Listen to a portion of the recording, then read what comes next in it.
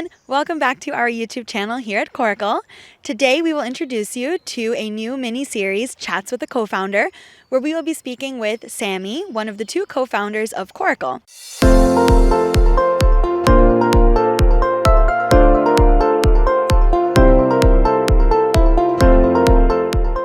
From student to the corporate world to today an entrepreneur, we will follow Samy's journey through his whole experience up until now.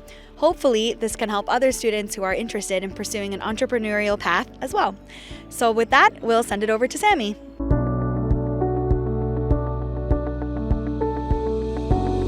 To start us off, can you share a little bit about where you're from, where you're living now, what you studied, just an introduction? I come from a small town in India. It's called Dharapuram. It's in the state of Tamil Nadu, so quite south. And I'm the only son in the family. So yeah, I came to Germany in 2004 for my master's studies. And since then, Hamburg has become my second hometown. Great. And how did you get the idea to come to Germany to study? Is this something everyone does in your area? Or, were you impacted by someone? So, Germany was not even in my plan, so it was a pure accident. So I originally planned to stay in India for my MBA, and I was aiming for the top institutes, so we call in IIM in India. So I was preparing for the examination, and on the day of the exam, so we were all pretty exhausted and happy. And when we were walking by, I saw there was an event by DAAD promoting German institutes. And they were closing their shop there, and then we went by and then grabbed a book.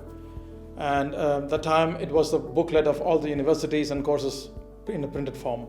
It was lying around in my room, so I just had a look, and then there were some nice pictures of the universities and like students. And there I saw it was like free. So I thought, okay, maybe it's not bad to have a backup plan. So I started to browse through those big booklet and then started applying as a backup. And then as I'm here talking to you, which means I did not get through the IIMs, so my plan B became a plan A. And then I got some admits, and then I started to apply for my passport because I didn't have one.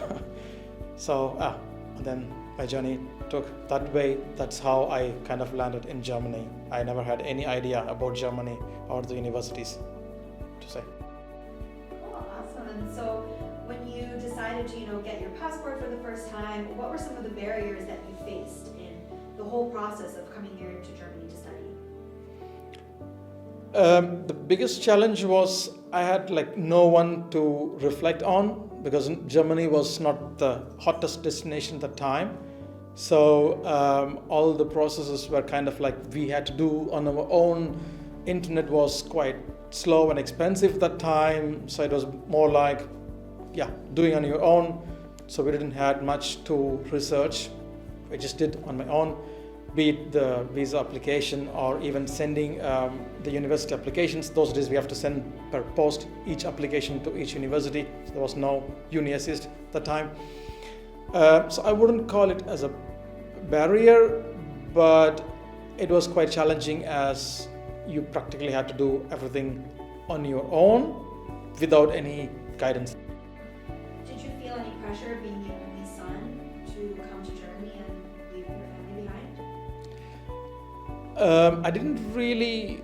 It's a bit of a difficult situation for me because in the first time I got an admit, my visa was delayed because my bachelor degree they wanted to verify and so on and so on. So I kind of delayed my admit. That was in 2003. So I was at home, and unfortunately my father died. So in January, so I was waiting. That kind of created a pressure. Should I go ahead going to Germany, or I stay back, because my mom was alone. And there was social pressure not to go, but in the end my mother was backing me up. It is better for you going to a foreign country. And so on one side there was a huge pressure from the relatives, and hey, it's emotionally it's quite pushing you down. Is it the right thing to do? And also Germany was not really established destination to go for studies at the time. So is it more like he's making double mistake, going to a strange country, leaving the mother, and that I would say was quite mentally challenging for me. Okay, Samy. So now you've talked a bit about what you did before in India and coming to Germany. So when you arrived as a student, can you share a little bit about your experience here? How did you feel in terms of your coursework? Did you feel prepared for life in Germany and being a student here? So the good thing was I did not know anything about Germany, so I was really on side sad because I'm leaving in this sensitive situation, and on the other side I was really excited as well. So when I boarded this Lufthansa flight, I still vividly remember, I thought from here on the flight was taking off, I felt like my life is going to go only uphill, so I was quite excited.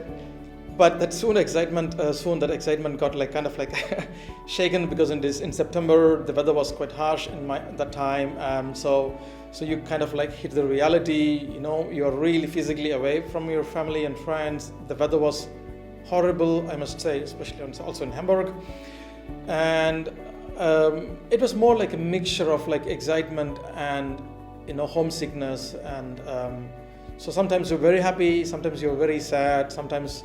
And I was quite curious about observing small things, like what's happening on the street, how the buildings are constructed, how it is different from back home. So I kind of enjoyed that. And we also had quite few students at the time, not as many as we have these days. So we kind of stuck together. So we kind of met regularly during the weekends, we cooked together. And so it was, the learning was quite okay, I would say. And did you work during your time as a student? Yes.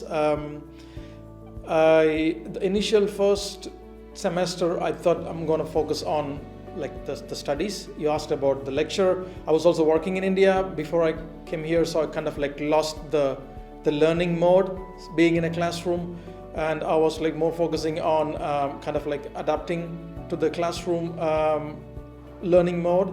And then from the second semester onwards, I started to do jobs, did several crazy jobs, from cleaning plates in the football stadium, and I cleaned snow off the streets.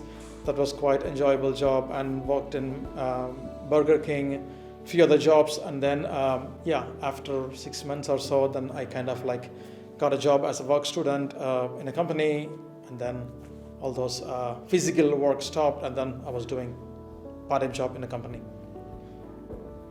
So Samy, once you graduated from your master's, where did you even start looking for a job here in Germany? So I was a bit unclear, because as I told you, I wanted to go into the management. That was my dream back home. But when I studied at the TU Hamburg. That's purely really technical and research based. And during my thesis, it was clear for me, this is not my cup of tea, and this is what I do not want to do. And so I started applying for non-technical jobs, mainly management consulting, project management, and so on. And it was clear at the time, it became clear that these non-technical roles really need a good fluency in German. And my German was pretty much zero, because I didn't learn any German, very basics. And that was a kind of blow to my face, because I was hoping to get a job as soon as I graduate. And then I started to apply for I kept applying, then started to learn German. It took me around 8 months. I think, an 8th month or 9th month, I got my first job into project management. And in the meantime, I was also giving up my hope, and I applied to US for my H-1B visa. I also got that in the meantime. So, but finally, I've decided to stay in Hamburg and start my first job. Sure. I mean, I think a lot of people probably consider the US or other countries for a job or for studies. What made you decide to stick it out in Germany? to come to Germany, I had like only one reason, or like two reasons, like because of my failure not to get into IIMs. I just want to get out. And as I come from a middle class family, and I didn't have the financial means to kind of like go to US or other countries where the education is quite expensive. So education being free, and I'm not in a position to take up any big loans because of my father's situation. So I came to Germany mainly because education was free. And for the working, I was in the last month, I was quite decided to go to US because it was not easy for me, for my friends at that time to find a job in Germany because of our language skill. And Germany was also, that was the time, at the beginning of this embracing journey for also Germany as a country. But then once I found my first job, I thought it's geographically also easy for me to travel back home, being in Europe, and then I decided to stay in Germany, in Hamburg. And so do you have any tips to share in terms of the job process, hunt or interviewing, anything that can help any other future students who are recent grads? Yeah, I'm an old guy to give tips to find jobs. But the one thing I see is it's more competitive now than 20 years back when I came. But on the other side, opportunities are also more. And the one thing I would always sharing with the new graduates or someone who is searching for a job is be creative in finding where you search for jobs. You know, everyone is searching in the classical job portals, be it Monster, Stepstone, and so on and so on. Go beyond and be creative. For example, you can go to like Messe. You know, there are like fairs happening for a specific industry. And for example, I got my first job. There was a job post physically printed, and it was hanging in the University of Hamburg. And then I saw that, and then I applied from there. So go outside the regular route. These are the places where a lot of opportunities are there, untapped by the regular crowd who's searching for jobs. And so when you began working in the corporate world here in Germany, what would you say was the number one difference between a corporate job in India and a corporate job in Germany? Oh, I would say everything was quite different. And so to start with the language, as I told you, I was the only foreigner in my first company who doesn't speak German. And so culturally, I was quite unfit, I would say. I didn't even know at the time how to use the fork and knife. And I was always remembering, okay, the knife in the right hand, fork. So it's more like this internal turbulence that happens in your mind. And the way people talk, the way they share their opinion in meetings, it's all different. It took quite some time for me to adapt. But the difference I still say it's still prevalent is the work-life balance. Here in Germany, the work ends at 6, then it really ends at 6. So you have quite like time for you to pursue your hobbies or do whatever you want. And back home in my company, it was more like a gray area. So there is no clear end, there is no clear start. My manager can like reach me anytime as he likes. And I think not going into specific companies on a global level, comparing to India, here I think the clear-cut black and white difference of being work time, being in your private time is quite a big difference. Still, I think it's still active. And being awareness, I think the younger generation now, I think they are quite exposed to all these cultural differences quite early, not like me. Yeah, so that I call the work-life balance is the key thing. So Samy, obviously we're all here today because you decided to leave the corporate world and become an entrepreneur as the co-founder of Coracle. But can you give us some examples of different positions you had in the corporate world leading up to the time where you decided maybe being an employee wasn't for you and you wanted to start something of your own? So I had an interesting corporate life. I worked 10 plus years before I started Coracle.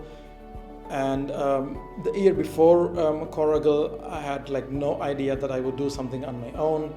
and it was not planned, and running a business or starting a business is not even in genes of my family. So looking back at the corporate life, I started as a project coordinator for an outsourcing project, and I became a project manager pretty quick. It was accidental. The project manager I was supporting had to take a long break, and then I kind of like jumped into the cold waters, and my management kind of like backed me up, and became a project manager, and I worked there for like a few years, and running really large scale multi-million projects. That was quite a huge growth in my career. And after that, I kind of like shifted industry. I moved into energy landscape. I was working for a utility company for many years, and there I worked as a project manager and some strategic projects. And in the last stint, I was more running operational excellence projects, so business process improvement, how to bring efficiency into the businesses and processes. And in the later stage, more the strategic projects. That was where I kind of like felt I need a bit more action. So my profession, as a summary, we can say mainly into the project management, program management, strategic projects, and operational improvement. Yeah, that's my kind of like experience I kind of collected before we decided to start Coracle. We thank Samy for sharing his experiences with us so far, and make sure that you stay tuned for our next segment as we explore life as a corporate employee to an entrepreneur. If you're interested in this content, make sure that you like and subscribe to stay up to date with the new segments, and please leave any questions or comments you have below, and we'll be sure to answer them in the next video. Thanks so much.